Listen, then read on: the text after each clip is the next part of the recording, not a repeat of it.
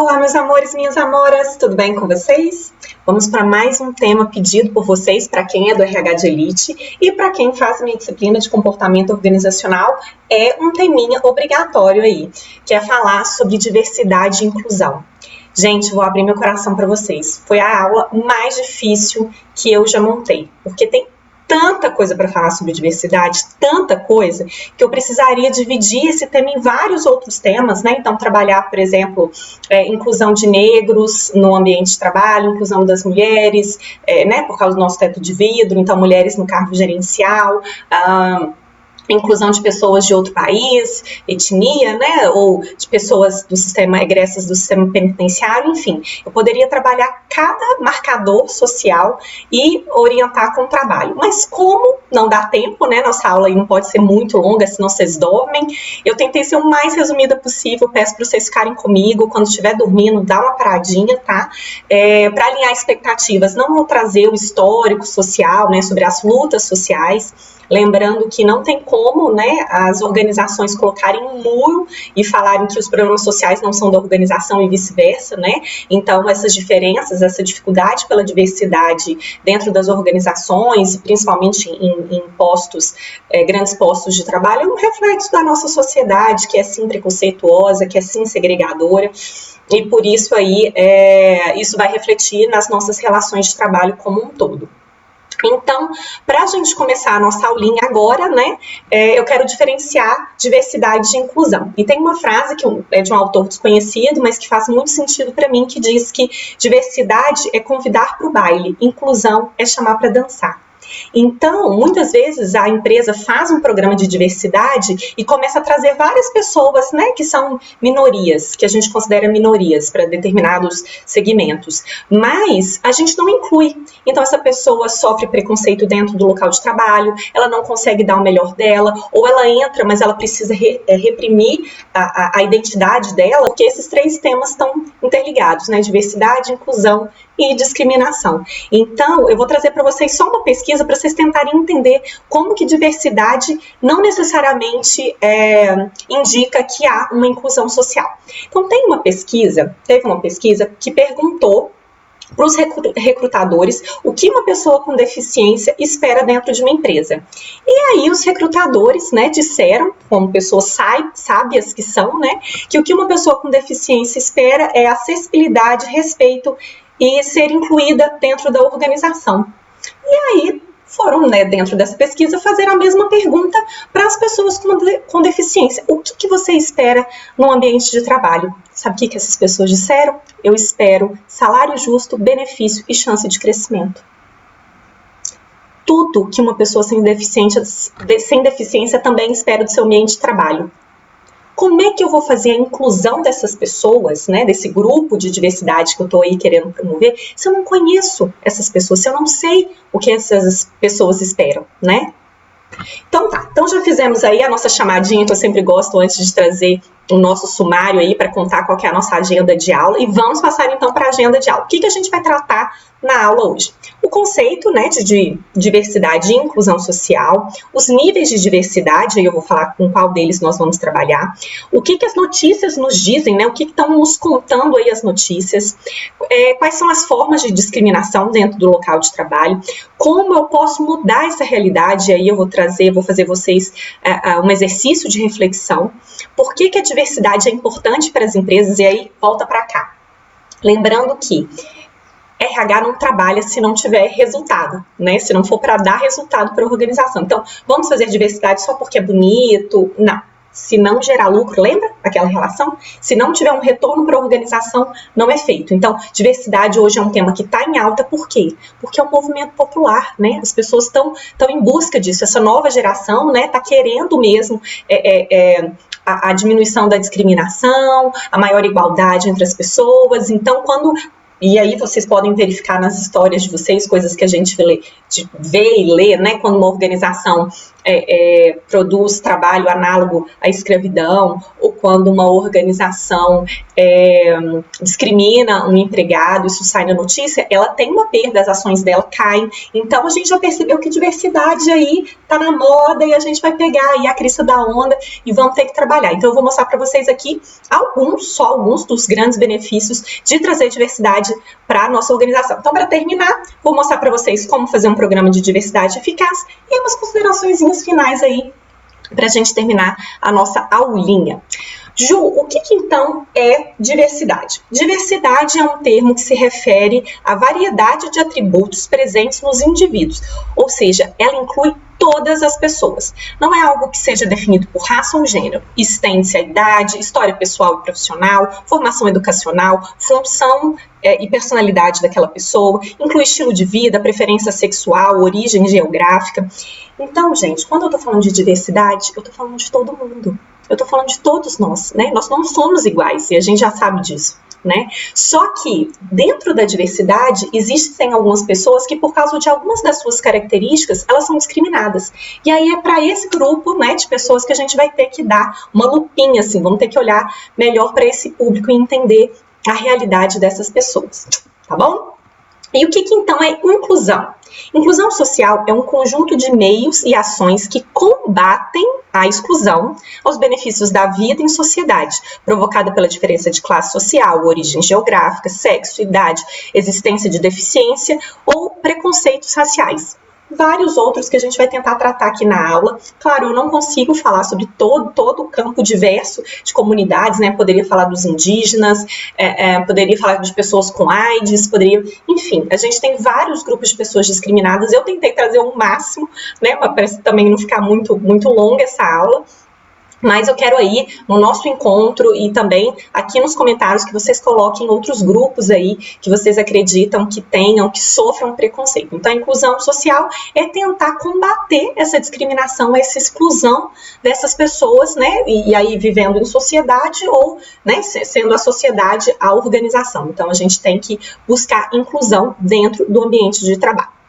Quando a gente vai falar de diversidade, a gente pode trabalhar ela em dois níveis. Um nível mais superficial, que é aquilo que eu posso olhar na ficha do empregado, ele preenche para mim, ou eu vejo, é visível naquele sujeito, ou pode ser mais profunda, né? Então, habilidades, algumas preferências, coisas que eu preciso de um tempo maior para conseguir entender esse sujeito. Então, a gente vai colocar aqui, né, que no nível superficial são características facilmente identificáveis, como idade, gênero, etnia, deficiência, e não refletem como a pessoa pensa ou sente, mas pode ativar alguns estereótipos. Então aqui a gente já vai trabalhar, que é aqui que eu vou trabalhar com vocês no nível superficial, quais são os possíveis estereótipos e razões pelas quais as pessoas não são incluídas dentro das organizações, né? A gente tem uma questão histórica, eu não vou poder me aprofundar em cada uma delas, né? Porque cada grupo social tem uma história muito longa, mas aqui a gente vai tentar refletir um pouquinho sobre isso, tá certo? Então, por exemplo, a religião é uma coisa superficial, eu pergunto para a pessoa, ela me responde, né? Então são coisas que eu posso ver ou eu posso perguntar e é facilmente percebível. No nível de diversidade mais profunda é quando o RH vai trabalhar a diversidade colocando pessoas com várias habilidades diferentes dentro do mesmo grupo. Então eu posso colocar uma pessoa que tem uma habilidade, uma aptidão numérica, uma compreensão verbal melhor, outra pessoa que tem um raciocínio indutivo melhor ou um raciocínio dedutivo, porque a gente vai perceber que dentro dessa diversidade mais profunda de análise do RH, é quando a gente vê diferença de valores, personalidades e preferências de trabalho, por exemplo. Ela não é tão facilmente identificável. Então, eu posso falar que meu grupo é diverso, então eu posso fazer um grupo só com mulheres brancas de classe média, mas são pessoas que têm preferências de trabalho, preferências e aptidões intelectuais diferentes, e isso vai fazer com que esse grupo seja, sim, um grupo diverso. Então, lembrando que eu vou trabalhar hoje com vocês do nível superficial, né, do nível de diversidade visível, né, coisas que a gente pode ver e que geram segregação, sim, na nossa sociedade. E aí eu vou trazer para vocês alguns dos temas e vou trazer algumas notícias, pesquisas que falam sobre essa diversidade social e organizacional. Então, o que as notícias estão nos dizendo hoje em dia? Então, primeiro tema, gênero. que a gente vê? Pesquisa do IBGE mostra que mulher ganha menos em todas as ocupações. As trabalhadoras ganham, em média, 20,5% a menos do que os homens. Essa é uma notícia de 2019. Deixa eu parar para respirar. Ser mulher é muito difícil, gente. As mulheres, eu acho que vão me entender. Então, mulher sofre assédio sexual, mulher, existem cargos, né? A gente tem uma divisão sexual do trabalho, né? Onde diz quais são os serviços de mulher, que são serviços de cuidado, e aí ela pode ser professora, pode ser cozinheira, pode ser médica não tanto, né? Enfermeira, cuidadora, então cuidados são para mulher, e a divisão do trabalho do reprodutivo para o produtivo é o homem que vai ser o intelectual, o gestor, o administrador, né? Vai ser o engenheiro, coisas que são mais valorizadas pela sociedade. Então, a gente vai ter a divisão sexual do trabalho, a gente vai ter o teto de vidro, né, onde as mulheres, é um teto invisível, né, um teto simbólico, onde a gente diz que as mulheres não conseguem chegar a cargo de gestão, porque dizem que mulher é muito sensível, a gente vê vários estudos falando sobre as justificativas de por que não se contratar uma mulher, né, então a gente escuta por causa dos hormônios, a TPM, e aí eu fico pensando, um estuprador, sendo bem radical aqui na minha comparação, quando a gente vai, no caso de um assédio sexual, a gente pergunta para o homem e ele fala, porque eu não controlei meus hormônios, é muita testosterona, eu não controlei meus instintos. E ele não deixa de ser contratado por causa disso. Agora, a mulher, porque tem uma oscilação hormonal, né, é sempre a causa de TPM. Eu chego um dia mal-humorada, tem que ser TPM, né? Então, as mulheres são taxadas.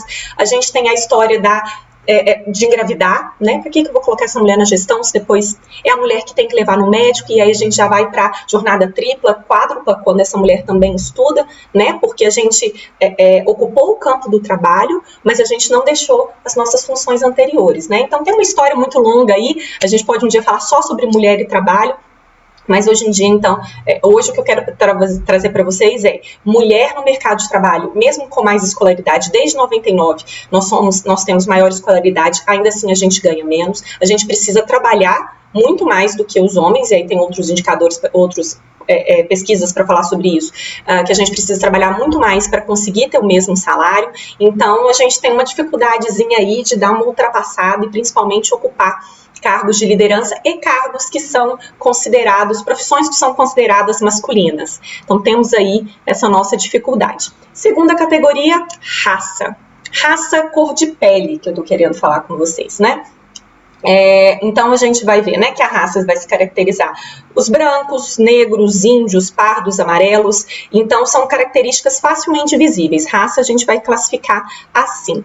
Então, uma notícia para vocês aí de 2018 diz que negros ganham 1.200 a menos que brancos em média no Brasil. Trabalhadores relatam dificuldade e racismo velado. A abolição completa 130 anos, essa notícia é de 2018, em 2018 se completou 130 anos de abolição da escravatura. Segundo especialistas, período de escravidão e falta de políticas públicas estão atrás de desigualdades atuais. Negros têm índices de educação mais baixos e condições de vida mais precárias, apontam dados do IBGE. Vai ser pesada essa aula, gente, mas vamos comigo? Além deles ganharem menos, e aí eu preciso trazer outra coisa para vocês. Quando os marcadores, eles são somados, então, por exemplo, eu tenho um marcador gênero, eu sou mulher, eu tenho um marcador raça, eu sou negra, eu tenho um marcador orientação sexual, eu sou lésbica, isso vai me colocando, assim, na base da pirâmide. Né? Então a gente vê, e aqui no Brasil a gente não consegue distinguir, né? Não há uma cisão entre classe social e raça. Né? Então, negros são sim pessoas mais pobres, a gente vê, todos os indicadores do IBGE já nos contam isso. E aí, para além disso tudo, né, como as organizações, e tem outros estudos também que mostram isso, as organizações não querem associar sua imagem a pessoas negras, porque isso remete a pobreza, violência, a própria escravidão, criminalidade como um todo. essas organizações não permitem que os negros eles ascendam também para cargos gerenciais. Então, se hoje a gente tem, hoje, em 2020, uma população de 56% dos negros, ou seja, ela é maioria no Brasil, isso não representa os cargos de gestão. Apenas 30% dos cargos de gestão no Brasil são ocupados por negros.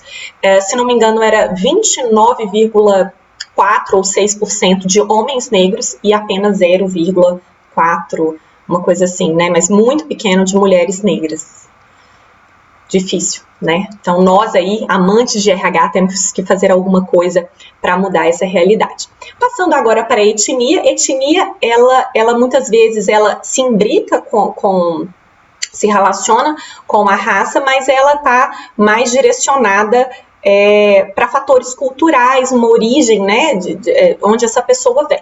Então, trouxe para vocês, né, um estudo que foi feito na Universidade de Brasília pelo Dr. Leandro de Carvalho, que diz: as empresas brasileiras e os refugiados, pesquisas feitas com 400 profissionais de recursos humanos da Grande São Paulo. Essa pesquisa foi feita em 2017, para a gente mostrar alguns dos nossos preconceitos. Então, foi perguntado para esses recrutadores se eles acreditavam que a força física de uma característica é uma característica dos trabalhadores das regiões citadas, né? Então, 74% das pessoas acreditam que africanos têm maior força física, 52% da América Central, 38% das pessoas do Oriente Médio têm maior força física e 10% da Europa. O que isso quer dizer?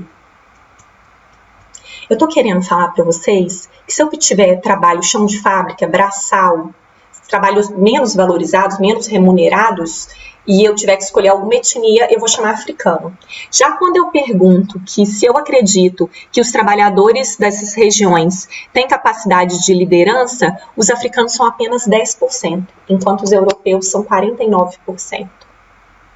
Quando eu precisar de um cargo de liderança, eu coloco um europeu. Quando eu precisar de um chão de fábrica, eu coloco uma pessoa, né, de origem africana.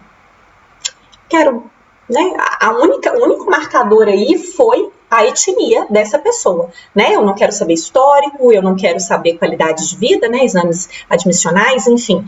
O que determina para onde essa pessoa vai, pelo menos nessa pergunta, nessa pesquisa aí, é a origem, a etnia. Pesadinho, né, gente? Não? Professora, eu tô achando. Classe social. Como eu falei para vocês, não existe, aqui no Brasil, classe social e raça estão na mesma categoria, né? Os estudos dizem a mesma coisa. E aí eu trouxe para vocês, para a gente falar um pouquinho sobre classe, enfim, um artigo que eu gosto muito, lembrando que eu vou colocar vários conteúdos aí nos comentários do vídeo para vocês, então acessem todos para vocês aprofundarem mais nesse tema. Então eu trouxe para vocês um artigo acadêmico, né, do André Luiz Silva e da Maria Esther de Freitas, um artigo de 2016, que chama Para Além dos Critérios Econômicos do Trabalho de Baixa Renda no Brasil. Coloquei o link para vocês. E aí ele vai dizer o seguinte: existe uma série de pré-condições sociais que vão para além da renda, envolvidas na construção do duro cotidiano dos trabalhadores de baixa renda no mercado de trabalho brasileiro, seja em face da estrutura familiar, que transmite a eles exemplo e valores de trabalho precoce duro e continuado, da dimensão educacional, que não lhe oferece oportunidade para o acesso a conhecimentos valorizados, e da vida profissional que se inicia de modo precário e tende a se perpetuar sob os moldes do trabalho desinteressante. Então, gente, estou sempre assim, né? Esse cara assim que me pesa, essas coisas, falar disso. Aqui a gente vai dizer que ganhar pouco, né, ter uma família que ganhe pouco, não está associado a não ter acesso a uma carreira mais, o que se diz, bem-sucedida. O que a gente está querendo dizer é que pessoas que não têm renda vivem numa família onde os valores, né, o cotidiano, a necessidade de se trabalhar precocemente, impede que essa pessoa invista em escolaridade, em processos de reflexão, como a gente está fazendo agora, acesso a universidades públicas, que hoje, né, muitas vezes são conhecidas como as que formam melhor os estudantes, né? E essa pessoa já ingressa muito cedo no mercado com trabalhos desinteressantes, né? Que muitas vezes a gente vai colocar aí como subempregos para se sustentar, e aí a cultura dessa região não promove essa pessoa a se desenvolver intelectualmente muitas vezes. Então a renda nesse sentido é sim atrelada à carreira e à inserção dessas pessoas no mercado de trabalho. Então quando um recrutador, um RH, coloca localização geográfica para escolher, né, em que bairro, isso a gente vê algumas pesquisas que falam isso, eu não aceito empregado que more em tal região muito violenta. No Rio de Janeiro tem pesquisa falando sobre isso. Quando eu digo que precisa ser só das universidades, né, as mais conhecidas, reconhecidas no país, quando eu coloco que a pessoa já tem que ter tido vários outros estágios, muitas vezes a pessoa precisou trabalhar mesmo para conseguir pagar a faculdade, ter uma formação. Então, sim, classe social é um marcador de carreira, né? Então, algumas empresas têm feito, né, têm buscado pessoas com baixa renda para compor o seu time, porque essa pessoa vai trazer uma nova perspectiva, vai trazer uma outra realidade. Isso vai contribuir muito para o mercado, né, para as entregas dessa organização. Além da classe social, a gente também tem um marcador, né, que é a nossa orientação sexual. E aí vamos colocar aqui, né, não é opção sexual, é orientação sexual, né? Então, uma pessoa, ela não escolhe ser homossexual. Ela fala assim, o que eu vou fazer? Eu vou ser heteronormativa, vou ser bem aceita pela sociedade, poder andar com a pessoa que eu amo de mãos dadas sem medo de apanhar, ou eu vou querer morrer espancada por homofobia? Não sei. Qual que vai ser a minha opção? Então, não, gente. Orientação sexual. É claro que essas nomenclaturas vão mudando e são assuntos muito sensíveis que a gente precisa tomar um cuidado, mas a gente precisa se educar, senão esse primeiro passo não acontece, né? Então, orientação sexual é sim outro marcador fortíssimo no ambiente de trabalho. Era muito mais antigamente, a gente vem caminhando a passos curtos, mas esse caminho ainda é longo. Então, uma pesquisa de 2019, a G1 coloca, metade dos profissionais LGBT assumiu orientação no trabalho, diz a pesquisa. Cerca de 35% dos entrevistados já sofreram algum tipo de discriminação velada ou direta, segundo o levantamento do LinkedIn. E esse marcador específico, ele é mais grave em mulheres trans. A gente vê, e aí uma outra pesquisa, foi um TCC de uma aluna da USP, vai dizer que os trans, eles ocupam vagas onde as pessoas aceitam ele e não efetivamente onde eles querem, né, as vagas onde eles são capacitados. E aí eu coloco um outro adendo, como que isso é complicado, né? Eu estou falando de um grupo de pessoas que ela tem um primeiro autoenfrentamento, que é entender que o que todo mundo diz que é certo não é certo. Então, existe esse conflito pessoal. Depois tem um conflito de aceitação da família, que muitas vezes a família não aceita. Depois a gente tem um conflito da escola, né? E a gente vê vários e vários casos, né, de bullying, de assédio moral, por causa de uma orientação sexual ou uma identidade de gênero aí, como né, esse grupo pode ocupar. A pessoa enfrenta tudo isso, ela ainda consegue se formar, muitos não, muitos largam a escola, são largados pela família e vão caminhar um outro percurso, mas esses que ainda passam por tudo isso e conseguem uma graduação, fazer uma pós, e principalmente os transexuais resolvem se transicionar, essa pessoa enfrenta barreira dentro do mercado de trabalho. Por quê? Porque não é olhado as habilidades dela e como ela vai contribuir nas entregas, mas sim o corpo, ou a opção, ou a forma como os trejeitos dessa pessoa, como se isso fosse determinante para a entrega, né? E aí eu coloco para vocês só mais uma indicaçãozinha, né? Que a gente tem, a Transemprego, é um site que eu sigo, no Facebook também, onde vai colocando as vagas, quais são as empresas, né, que oferecem vaga para travestis e transexuais. Então é bem interessante a gente ficar de olhinho aí, que aí são as empresas que a gente vai consumir. Esse consumo consciente é importante, né, de a gente seguir as pessoas que também praticam, né, os mesmos valores, empresas que praticam os valores que a gente acredita, né. Um outro marcador é a deficiência, seja ela deficiência física ou deficiência mental. A gente tem aí duas fotinhos para representar, e aí eu trago como pesquisa para vocês, né, dados que dizem que 86% das empresas só contratam pessoas com deficiência para cumprir cotas. Eu não vou entrar no assunto de cotas, sei que é um assunto polêmico aí, mas existe sim uma lei, né? A partir do número de funcionários, se você tem 100 funcionários, 1% tem que ser deficiente, você tem 1.000 funcionários é tanto, e à medida que aumenta o número de empregados, você tem uma cota para cumprir de pessoas deficientes. Eu já ouvi vários casos, e aí eu tô falando de vivências, né, de pessoas, às vezes, já teve até um caso agora ano passado, de uma aluna vira, né, que ela tá no RH, e ela falou assim, Ju, eu preciso fechar essas cotas, né, muitas vezes eles pagam um salário para esse deficiente e deixam ele em casa, como se essa pessoa só precisasse do salário, né, para não ter que gastar transporte, alimentação, porque essa pessoa não vai fazer nada, ela tá lá só para cumprir a cota. E nenhum gestor quer o seu headcount. Lembra que eu já ensinei para vocês? Headcount é o número de pessoas que eu posso ter dentro da minha área.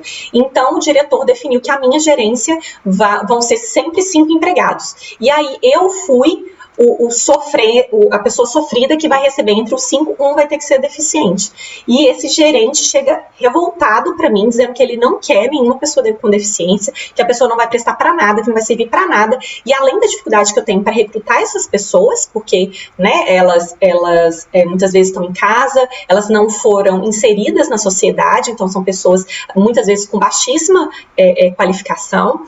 Essa pessoa, ela vai estar lá só para cumprir cota. Que tipo de inclusão eu faço quando eu estou colocando alguém para cumprir uma cota?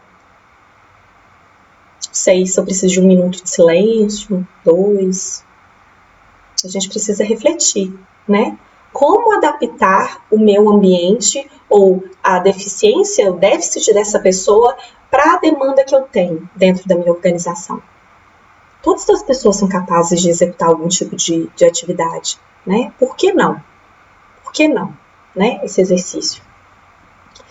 A gente tem também o ageísmo. Ageísmo é a discriminação de uma pessoa por causa da idade dela, e a gente vai ter preconceito sim por pessoas serem muito novas ou por pessoas serem mais velhas, né? A gente vai ter aí os dois extremos de dificuldade de inserção ou recolocação no mercado de trabalho. Trago aí também para vocês 2 notícias, né? A primeira falando das pessoas da terceira idade, onde diz, é uma reportagem do Economia UOL de 2019, que diz: o drama das pessoas com mais de 50 anos que passam a noite na fila e saem sem trabalho no multirão do emprego. O presidente da central sindical da UGT, União Geral dos Trabalhadores, né, reconheceu que as pessoas com mais de 50 anos têm mais dificuldade para conseguir um emprego. Segundo ele, o principal motivo é a falta de qualificação.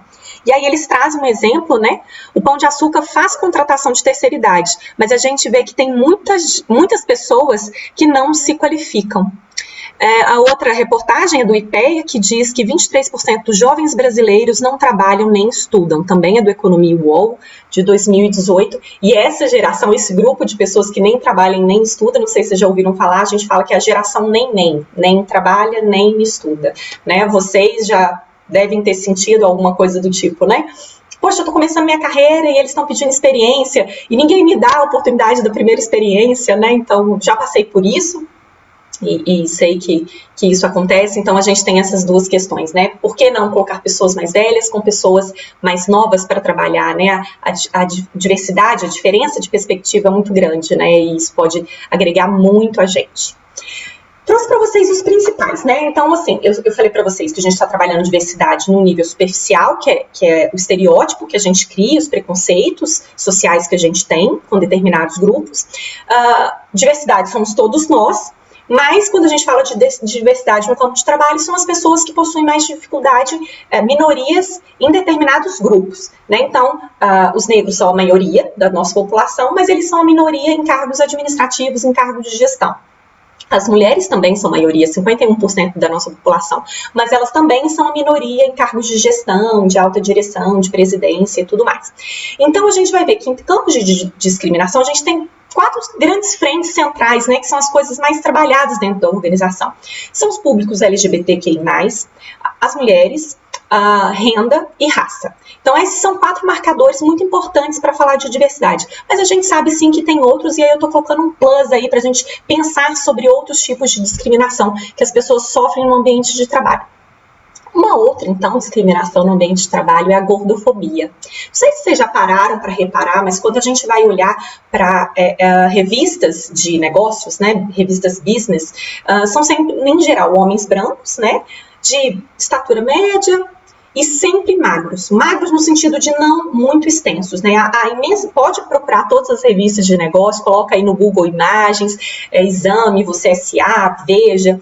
São sempre pessoas com corpos medianos. Né? Por quê? Porque a imagem da pessoa gorda, e principalmente no Brasil, né, que é um dos países que mais faz cirurgia plástica no mundo, né, que a vaidade, que a nossa noção de saúde está associada à magreza, vai dizer, as pessoas acreditam que o corpo gordo ele é um corpo preguiçoso, improdutivo, que são pessoas incompetentes, ociosas, lentas, descuidadas. E aí a gente escuta, e já li algumas pesquisas sobre isso, que vão dizer assim, se a pessoa não dá conta do peso dela, ela vai dar conta da minha empresa? Nossa, olha como que o cara anda devagar, como é que ele vai dar conta da velocidade com que as coisas da minha empresa acontecem? Então, infelizmente, as pessoas realmente associam uma coisa a outra e não olham a história dessa pessoa, as habilidades, as experiências e ficam focadas aí no corpo dessa pessoa. Vou trazer 2 notícias para vocês que falam sobre isso, porque a gente adora lembrar que isso acontece de verdade, que não é só teoria, né? E aí vou trazer para vocês uma reportagem do UOL, do ano passado, que vai dizer, vai entalar como elas lidam com a gordofobia no ambiente de trabalho. Nessa reportagem, conta a história de uma mulher que foi fazer um processo seletivo e além do nervosismo natural do processo seletivo, né, ela ainda, a recrutadora ainda perguntou para ela quantos quilos ela pesava. A resposta veio acompanhada de um constrangimento e a representante da empresa não acreditou no que ouviu. Insatisfeita, essa recrutadora saiu da sala, segundos depois ela voltou com uma balança e perguntou, você pode subir para confirmar, por favor? Gente, eu não consigo falar para parar de fazer essa cara. Pesado não é os quilos na balança, pesado é uma história dessa, vocês não acham, não? Eu acho pesadíssimo. E uma outra reportagem de 2018, do UOL também, na Economia, ela diz assim, onde os gordos não têm vez. No mercado de trabalho, nos concursos públicos, nas marcas de roupa, na novela, a gordofobia está por toda parte. Reparem aí no ambiente de vocês. Gente, tem uma pessoa que eu gosto muito, também estou colocando nos comentários de vocês, que eu tive a oportunidade de participar do evento que ela promoveu uma semana para falar sobre diversidade. É um canal chamado Mais Diversidade. E aí o Ricardo Salles, ele fala pra gente... ele é o fundador dessa organização, ele fez uma palestra ótima que eu estou colocando para vocês também, na abertura de um MBA sobre diversidade, e aí ele falou assim, vamos pensar em diversidade quando a gente olha os dados demográficos da nossa sociedade e a gente olha ao nosso redor e não vê isso que os números contam pra gente. Então eu tô falando para vocês que 56% da população é negra. Olha a sua realidade, olha ao seu redor, assim, na sua vida. Quantos amigos negros você tem? Com quantas pessoas negras você estudou na sua vida? Caso você tenha estudado em colégio particular e hoje dentro de uma universidade pública. Quantos namorados negros você teve? Quantos príncipes encantados nas novelas e nas revistas e nas histórias eram negros? E a mesma coisa para as mulheres. Onde está a representação dessa pessoa negra? E pessoas gordas? Qual que é o nível, né? Qual que é o peso médio da população? A gente tem visto aí todas as pesquisas falando que o peso das pessoas tem aumentado, né? Que as pessoas adoecem buscando a magreza. Cadê essas pessoas? Na revista, nas chefias. E as mulheres? Se 51% da população brasileira é mulher, cadê essa mulher na presidência ou nos ministérios, nas reitorias, na alta cúpula? Por que quem comanda todo o nosso governo, em todas as esferas, em geral, são homens brancos?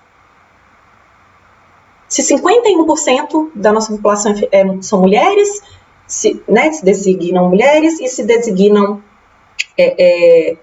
homens negros, pessoas negras. Essa conta não fecha, né? Então, a gente pode prever, né? Outra pergunta, quantos professores negros vocês tiveram? Pecado, né, gente?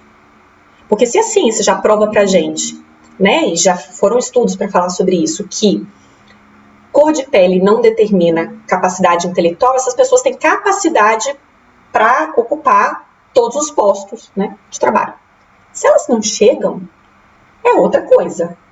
Talvez o marcador não seja capacidade cognitiva, seja sociedade, né? Talvez seja uma doença social, enfim. Então, olhem aí, façam esse exercício, né? Ricardo Salles falou pra gente fazer. Olha ao seu redor, né? Faz o teste do pescoço. O que os dados demográficos dizem é a realidade que você vive? Ou você não vive num ambiente diverso? O que você pode fazer para mudar isso? A gente vai falar mais lá embaixo, em outros slides. Vamos continuar, então. Então, falei também da gordofobia. Acabou, Ju? Não, gente, tem vários, como eu já coloquei para vocês, mas eu vou trazer um último para a gente não acabar com esse tema, que são questões religiosas. Então, pessoas são discriminadas pela orientação espiritual que ela tem. Então, a gente vê, sei lá, muçulmano que já está associado a terrorista, então eu não vou querer um muçulmano. E no Brasil também, religiões de origem africana, elas têm esse preconceito porque, na verdade, o problema não é a religião, mas sim o racismo, e a gente não vai entrar nesse debate, mas religiões de origem africana, né, em geral, elas são mais discriminadas aí. E aí também trago duas notícias para vocês, né, a primeira de 2015, que diz que intolerância religiosa reduz chances no mercado de trabalho, e também uma outra super legal que aconteceu mês passado, né, que agora em 2020, em setembro de 2020, que diz: mulher é demitida após aparecer no trabalho de cabeça raspada. Mulher denuncia empresa por demissão depois de raspar a cabeça em ritual religioso. A funcionária chegou a ser chamada de macumbeira. Mês passado. Tá, gente? Tá pra fazer? Ok, e aí eu vou trazer um dado assim ainda mais, depois, agora vai começar a melhorar, tá, gente? A gente tá descendo, contando todas as mazelas, agora a gente sobe, tá? Mas uma pesquisa realizada pelo Instituto Ethos, que faz essa questão da diversidade, que estuda a diversidade com os dados, né, fazem grandes pesquisas nessa área. Ele tem uma pesquisa chamada Perfil Social, Racial e de Gênero das 500 maiores empresas do Brasil e suas ações afirmativas. Esse estudo vai nos dizer, pasmem, que se a gente continuar trabalhando diversidade hoje, da forma que a gente trabalha, a equidade de gênero vai demorar mais 80 anos para acontecer e a equidade de raça vai demorar mais 150 anos. A gente não vai estar vivo para ver. Mas se a gente não fizer nada, se a gente não começar, se eu não realizar essa aula e fazer vocês refletirem sobre o tema, nem os nossos filhos, os filhos dos nossos filhos vão conseguir ver essa realidade acontecer. Então, por isso que eu quero sensibilizar vocês a esse tema. Tudo bem? Vamos trazer um último temazinho assim, mais pesadinho e depois a gente sobe. Vou até parar essa aula para a gente continuar em outra para falar aí sobre as vantagens da diversidade e tudo mais. Então, formas de discriminação. A gente está falando aí que a diversidade muitas vezes promove discriminação e elas podem acontecer, vou trazer aí para vocês, de 5 formas diferentes. A discriminação ela pode acontecer baseada numa política ou numa prática discriminatória, que são atitudes tomadas por representantes da organização que negam oportunidades iguais ou desempenho ou oferecem recompensas desiguais. Isso acontece, né, como a gente vê quando a pessoa é negra, quando é mulher. Muitas empresas deixam isso muito claro, e aí eu estava estudando esses dias numa turma, e aí foi dito numa consultoria que foi feita, a empresa falou que não promovia mulheres porque mulher não tem mobilidade. Mulher não muda de cidade por causa do marido, porque toda mulher, ela é sim casada, e toda mulher casada, ela vincula toda a vida dela ao marido, não existe uma outra possibilidade. Né, não foi feita pesquisa, nem é perguntado para as mulheres, eles já não promovem mulheres por causa de mobilidade. E ainda assim foi verificado que das posições de promoção, das posições de gerência, só 30% necessitava de mobilidade. Então, nem a desculpa de dizer que a mulher não tem mobilidade, que eu não vou entrar nem nesse caso, não justificava esse tipo de política de não promoção de mulheres. Talvez a causa seja outra, né? O que será? Intimidação, ameaças explícitas ou intimidações dirigidas a membros de grupos específicos de funcionários. Isso pode acontecer entre funcionários, isso pode acontecer do gestor para com seu subordinado, quando eu não respeito uma determinada categoria e aí eu vou e intimido essa pessoa porque eu não concordo com um determinado comportamento dela. Gozações e insultos, então piadas sobre estereótipos, essa é a coisa mais comum, né? A gente fala que nós somos uma sociedade extremamente preconceituosa, velada, porque ser preconceituoso é feio, então a gente só brinca, né? Ou nega que é, mas faz a piadinha, faz o comentáriozinho, né? Então, também é uma grande forma de discriminação. Exclusões, então em oportunidade de trabalho, evento ou alguma orientação pode ocorrer de forma não intencional, mas assim, quando eu não estou acostumada com a diversidade e não entendo a necessidade da inclusão, eu vou andando só com os meus, com quem sempre estive acostumada. E pessoas com realidades diferentes das minhas, eu vou não chamando para os eventos, não convidando para as festinhas. Adiantou o RH fazer um programa de diversidade se ele não faz inclusão? Acho que não, né? Porque essa pessoa não produz o melhor dela, ela não fica muito tempo, ela não fala bem da empresa para outras pessoas, então a gente precisa pensar sobre isso. E a incivilização, que é o tratamento desrespeitoso, agressivo, como ser interrompido ou ter a sua opinião ignorada. A mulherada passa isso o tempo inteiro. Várias pesquisas, até a tia Lauren fez uma pesquisa aí na Unifei, contando como nós mulheres somos interrompidas, né? Aquele homem interrompômetro que a gente fala. Que a gente fala alguma coisa, ou ele interrompe na metade, porque eu não sei o que eu tô falando, ou ele me interrompe para falar tudo que eu já falei, como se eu não tivesse entendido o que eu estivesse falando. Então essas são aí algumas formas de discriminação dentro do ambiente de trabalho. Gente, então falei de um tema mais pesado, né, dos problemas sociais aí, das mazelas, das dificuldades, e agora a gente vai entrar como mudar esse cenário. Dá uma paradinha, dá uma respirada, dá uma alongada, que agora a gente vai entrar só na subida. Agora a gente só vai subir sobre as grandes vantagens de se fazer um processo de diversidade, ter diversidade e inclusão no mercado de trabalho, tá bom? Beijo e até daqui a pouco.